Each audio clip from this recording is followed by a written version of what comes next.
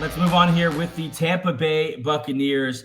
I took on their offseason with $9 million in cap space. Let's jump into it. The Buccaneers were dead in the water when Chris Godwin got hurt, when Mike Evans got hurt, and they were kind of just written off and then made that, heroic climb back into eventually losing to the Commanders. But still, you got to be excited for them. Baker Mayfield's the guy. Baker Mayfield's good enough to win multiple playoff games. And I think Baker Mayfield at his top end could win a Super Bowl. Like if you get Baker Mayfield playing his best football, he can go on a run. Like he's that kind of talent. A former number one overall pick. He's found a home there. I guess we got to see how another offensive coordinator leaving is for the Bucs, but so far so good. I start here with Azeez Al-Jaliri. You need some pass rush help. You got Joe Tyron moving on, Shaq Barrett moving on. You have losing a lot of talent here on the edge. I think Azeez Al-Jaliri is I don't know if he's under the radar anymore, but I think a lot of people are going to want to take a shot on him because he has the talent still. He's been obviously blocked there by just better players with the Giants because one thing they do have is great edges. And so I think Azeez Al-Jaliri could be a nice piece for this Bucs defense. You'll notice a theme here. I did focus on defense. I think they're going to move on from Jamil Dean. They lost Carlton Davis already.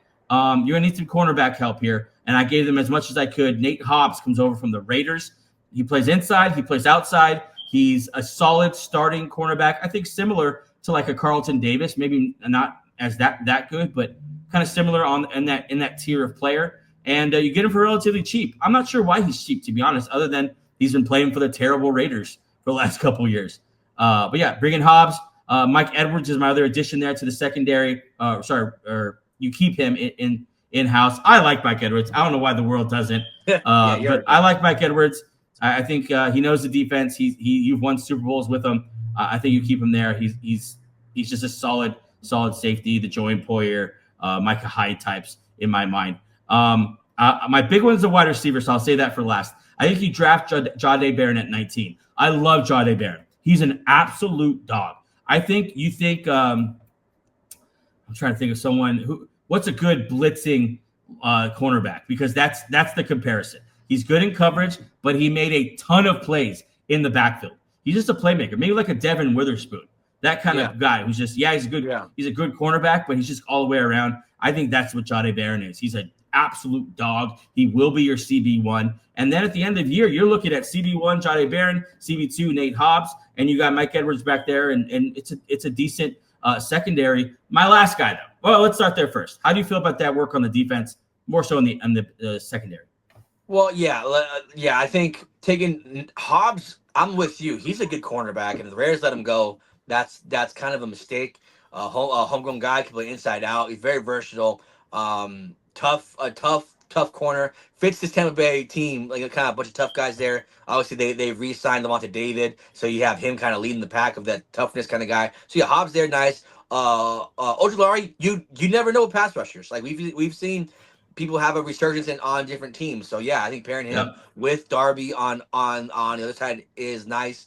Mike Edwards, that's your guy. Look, I think he's just about as average as they come. But next to Anton Winfield Jr., you don't need to be great. You just be good, and that's a very good secondary.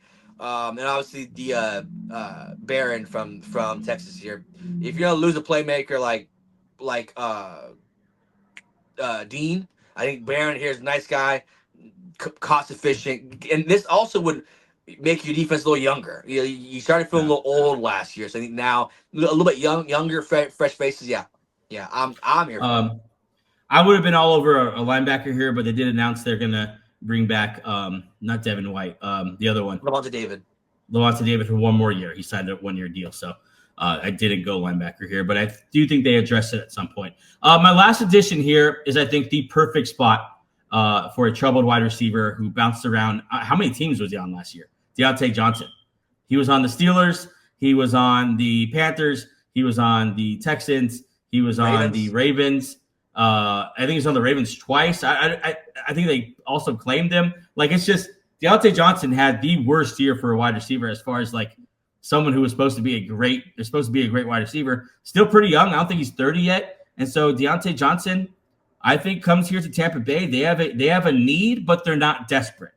I think Jalen McMillan showed that he could fill in admirably at number 2. You probably want more at number 3, but he's a second-year receiver. So maybe he pops off and he grows into that number 2, like I'm sure they want him to. But you bring Deontay Johnson if he's your 3, great. If he regains his form, though, you basically have a carbon copy of Chris Godwin here.